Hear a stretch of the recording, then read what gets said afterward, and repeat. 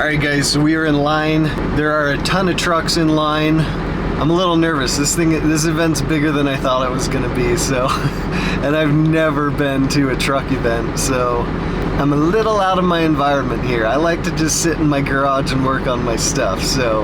Alright guys, so today is the day. It's the Dyno event. We've been working our butts off for this for the past couple days, and it's finally arrived.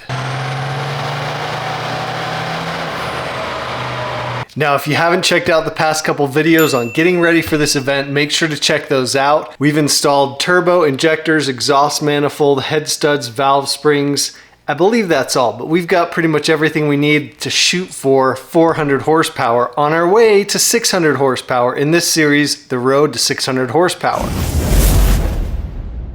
So I showed up to the event super early to try and get a spot for the dyno, and man was I shocked. This event was way bigger than I had anticipated. Once I got in, I kind of calmed down, got my truck parked, and headed out to mingle with people, meet some of you guys, meet some other first gen owners, and just get to know the community. This is the first event like this that I had ever been to. All right, you guys remember the truck I picked up from my uncle's almost 2 years ago?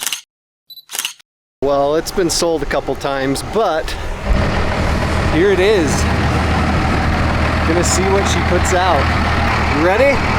Yeah, totally ready. What do you think it's gonna do? I don't know. I'd be happy with like a 180. No, it's gonna be more. More? Yeah.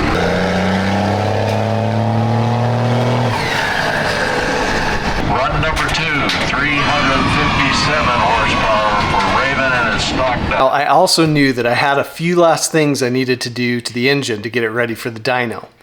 I'm actually doing a little more work on my truck. I put the KSB on a toggle switch in the cab so we can turn that on manually when we want to advance the timing, which will be when we do the run. And then I'm gonna advance the injection pump, the timing on the injection pump as far as I can as well. So those are kind of the last two little tricks that basically Eric has told me to do. So I'm new to this whole power and performance stuff. After I got my truck completely ready to go on the dyno, I still had a couple hours to burn before it was my turn. So I went and watched a couple more runs from other trucks, and man, are there some powerful trucks out there.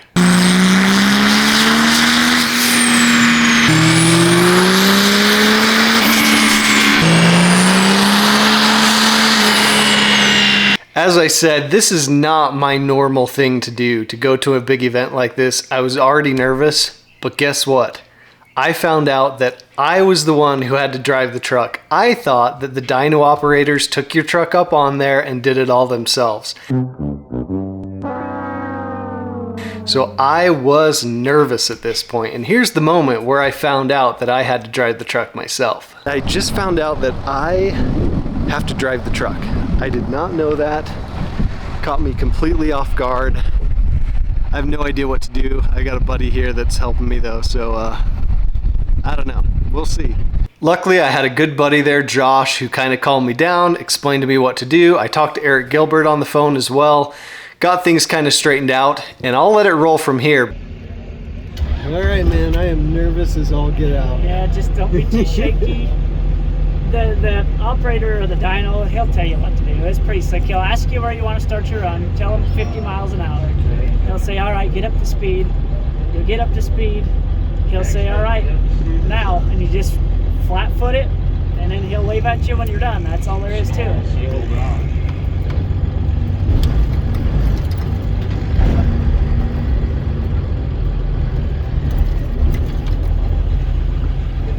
Pull up a little more. Right there. Hold the brake, put in park and hold the brake. You can see right here how nervous I was. But in all reality, the thing I was most worried about was pulling up onto the dyno and overshooting the rollers. I don't know why, but that just had me super nervous. I did it. I did it. Yeah, you right on it. Turbo class are in? Small single. Also, make sure you visit our sponsors. Hi, what gear you want to buy? Sixth. A2 Motorsports. Hi, how's the school? 55 mile an hour. 55. 55? You spool pretty quick? Or? 55 wheel speed. It'll spool pretty quick. Yeah. Oh, okay. Yeah, if you want to get there, Also, start you off. special shout out to Hobby Small single? Tractors. It says small single, right? Yep. Yeah. Been here helping us get the track prepared. monitoring the track during the poll. We couldn't have done it without. Thank you, Pony Truck. There it comes up. We appreciate all your help and support.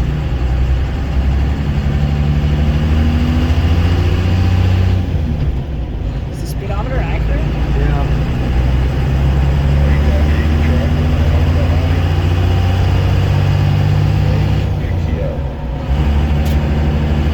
I'd get it up to about 50. I'll tell them when you're ready, I'll hit the brakes. 6? 6. That sounds about right to me. Ready? Yeah. Ready? Yeah. Here we go.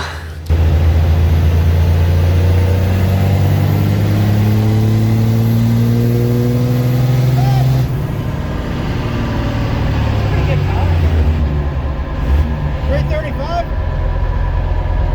Want to do the same speed? Should we go fifth? Fifth. We're gonna go fifth.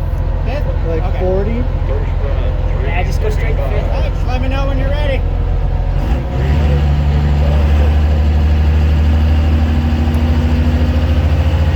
Yeah, you're probably right there. A little more. About right there. Okay. No more.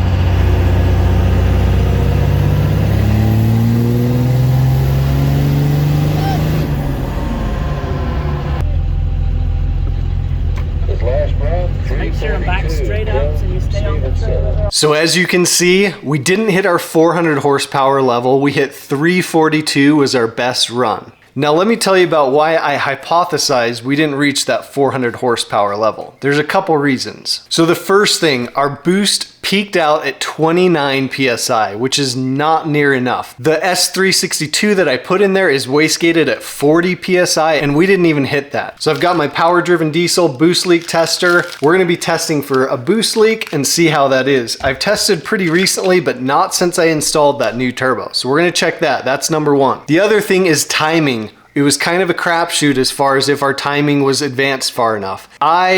Josh, Eric, we all think it wasn't advanced far enough. One thing I didn't get the chance to install because it actually showed up to my house the day of the event is the dynamic timing spacer. So we're gonna be installing this. This will advance our timing in that higher RPM range. So that should help out a ton. So just doing those couple things, finding and fixing the boost leak and getting the timing right, we should hit easily our 400 horsepower level. So in the next video, we're gonna be doing those two things. Boost leak checking, dynamic timing spacer, give it a spin, and then we gotta find a dyno to test this on again. So that'll be coming up shortly. I'm looking at other events to go to this year to get this thing on the dyno. I've also got a lot of other people who are wanting to get in on this. Holden Bros Diesel, Greg A, Cutter Up Rob, to name a few. They all wanna get on this 600 horsepower VE pump build competition. I hope you guys enjoyed that. It was a great experience for me. I'm glad I got it over with. I'm looking forward to the next one, and we will see you in the next video.